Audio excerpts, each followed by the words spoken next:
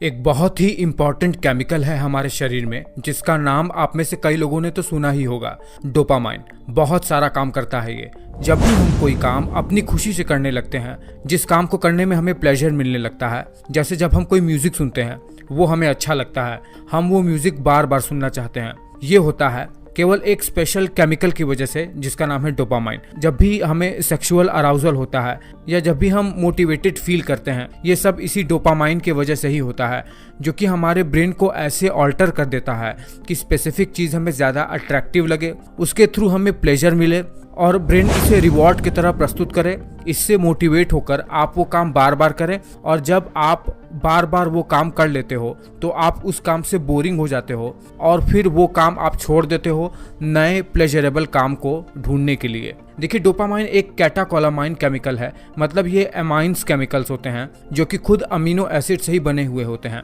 देखिए, एक बहुत ही इंपॉर्टेंट अमीनो एसिड है फिनाइल एलानिन। ये फर्दर आगे कन्वर्ट होकर टायरोसिन बनाता है, टायरोसिन से आगे एल डोपा और इसी एल डोपा से आगे बहुत सारे क्रियाओं के कारण से ये डोपामाइन केमिकल बनता है। ये डोपामाइन केमिकल दरअसल हमारे शरीर में दो तरीके से काम कर सकता है। या तो एक न्यूरोट्रांसमीटर की तरह हमारे ब्रेन में ये काम कर सकता है। जब न्यूरोट्रांसमीटर की तरह ब्रेन में ये काम करेगा तो ये न्यूरोमॉड्यूलेटर की तरह काम करेगा, मतलब ब्रेन में बाकी के न्यूरोट्रांसमीटर वाली एक्टिविटी को ये या तो ये घटा सकता है या तो बढ़ा सकता है, न्यूरोट्रांसमीटर की एक्टिविटी को मॉड्यूलेट करके, या फिर ये हार्मोन की तरह काम कर सकता है हमारे सेंट्रल नर्वस सिस्टम के अलावा पेरिफेरल टिश्यू में, जैसे हमारे किडनी में, पैनक्रियाज में और एड्रिनल ग्लैंड में भी इसका बहुत सारा रोल है। और इसका निर्माण हमारे शरीर में होता कहाँ पर है?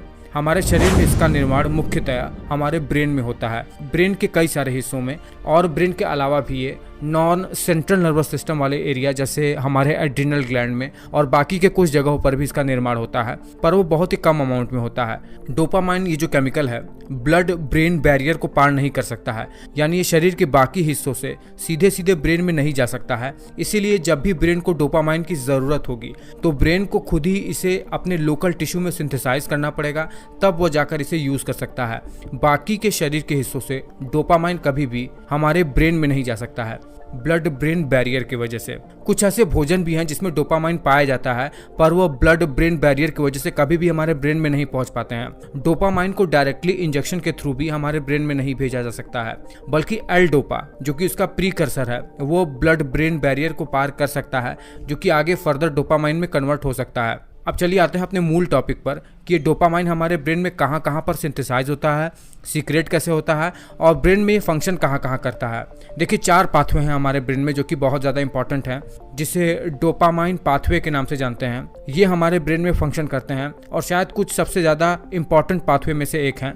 इन चारों पाथवे का नाम आप हमेशा याद रखिएगा, जिसमें से पहला पाथवे है मीजोलिम्बिक पाथवे, दूसरा है मीजोकॉर्टिकल पाथवे, तीसरा है निग्रोस्ट्राइटल पाथवे और चौथा है ट्यूबरो इन्फंडिबुलर पाथवे। पहले पाथवे से शुरुआत करते हैं, मीजोलिम्बिक पाथवे से। इसे रिवॉर्ड पाथवे के नाम से भी जाना जाता है। ये पाथवे हमारे वेंट्रल टैगमेंटम एरिया से शुरू होता है ब्रेन के, और हमारे ब्रेन के एक एरिया न्यूक्लियस अकम्बंस पर जाकर मिलता है। इस बीच ये हमारे मिड ब्रेन से होकर भी गुजरता है। देखिए क्या होता है, ये पाथवे रिवॉर्ड पाथवे होता है। जब भी कोई चीज़ हमें प्लेजर देती है, यानी मान लीजिए जब हम कोई म्यूजिक सुनते हैं, वो हमें अच्छा लगता है, तो ये पाथवे एक्टिवेट हो जाता है और हमें रीइंफोर्स करता है वो म्यूजिक दोबारा से सुनने के लिए। इसके लिए इस पाथवे पर डोपामाइन एक्टिव होकर हमें रिवॉर्ड देता है और हमें मोटिवेट करता है वही काम बार बार करने के लिए। जब वही काम हम बार बार करने लगते हैं तो हमें किसी भी काम को करने की लत लग जाती है।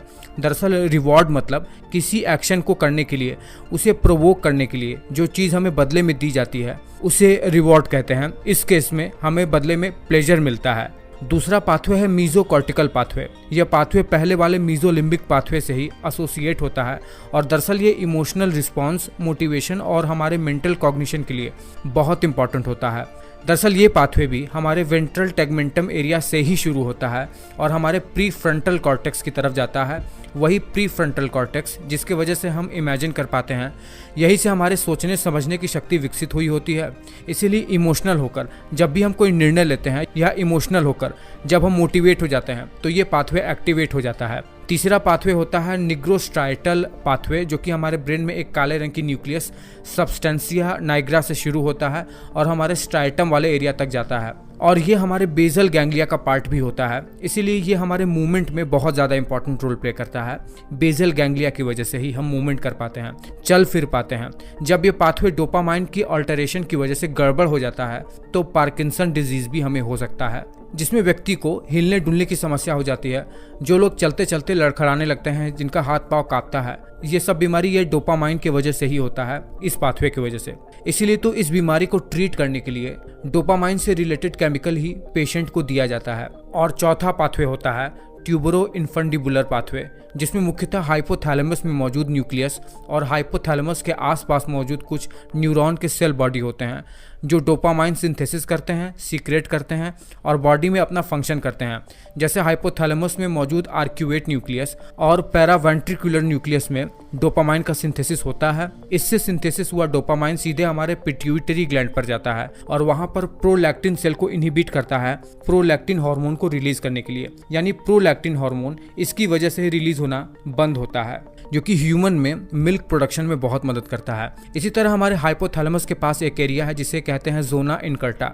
ये क्या करता है, हाइपोथैलेमस के कई न्यूक्लियस से जुड़ा रहता है और हाइपोथैलेमस में गोनाडोट्रोपिन रिलीजिंग हार्मोन के सिक्रेशन को रेगुलेट करता है, जो कि बहुत ज़्यादा इंपॉर्टेंट है मेल और फीमेल सेक्सुअल डेवलपमेंट के लिए। पोस्टीरियर हाइपोथैलेमस में भी ये डोपामाइन का सिंथेसिस होता है, पर इसका रोल क्या है अभी तक ये कंफर्म नहीं हो सका है। संभवतः ये रेस्टलेस लेग सिंड्रोम का कारण भी हो सकता है। देखिए, डोपामाइन इन 4 पाथवे पर ही अपना काम करता है हमारे ब्रेन के अंदर, न्यूरोट्रांसमीटर की तरह और न्यूरोमॉड्यूलेटर की तरह।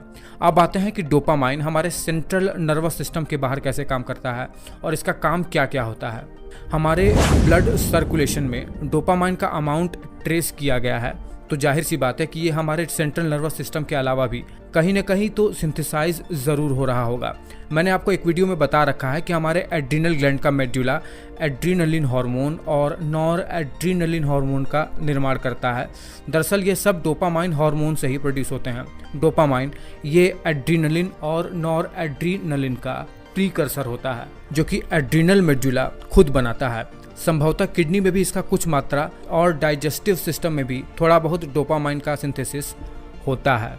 और इस डोपामाइन का हमारे नर्वस सिस्टम के अलावा क्या रोल होता है, ये बात तो अभी ढंग से क्लियर नहीं हो पाई है। कुछ बातें सामने आई हैं, जैसे ये डोपामाइन हमारे पैनक्रियाज में जाकर वहाँ बीटा सेल से बाइंड होकर उन्हें कम इंसुलिन सीक्रेट करने का सिग्नल देता है, जो कि हमारे लिए बिल्कुल भी सही नहीं है। किडनी में भी चूंकि इसका निर्माण होता है, इसलिए किडनी में ये क्या करता है, किडनी के सेल को स्टिमुलेट करता है ज़्यादा से ज़्यादा यूरिन से सोडियम को बाहर निकालने के लिए, जिससे शरीर में सोडियम की मात्रा को घटाने का काम करता है। ये रिजल्टिंग ज़्यादा हाई ब्लड प्रेशर देखने को मिलता है डोपामाइन की गड़बड़ी की वजह से। इससे लोगों में हाइपरटेंशन, स्ट्रेस और इडीमा भी देखने को मिलता है। इम्यून सिस्टम में जब ये डोपामाइन जाता है तब ये लिम्फोसाइट से बाइंड होकर उनके एक्टिवेशन को कम करने का काम करता है ये डोपामाइन।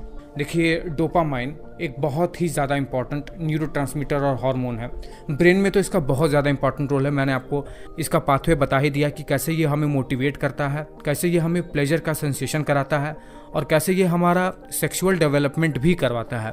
बहुत ही इंपॉर्टेंट रोल है इसका। इस पर एक वीडियो बनाकर इसको ढंग से तो बिल्कुल भी नहीं समझा जा सकता है। मैं प्रयास किया हूँ कि आपको ये कॉन्सेप्ट डोपामाइन का आसान से आसान भाषा में समझा सकूँ। अगर ऐसा हो पाया है तो आप वीडियो को लाइक करके मुझे मोटिवेट कर सकते हैं, मेरे डोपामाइन को आप बढ़ा सकते हैं, ताकि मैं ये वीडियो वाला काम बार बार करता रहूं और आपको इससे भी अच्छा वीडियो बनाकर प्रस्तुत कर सकूं।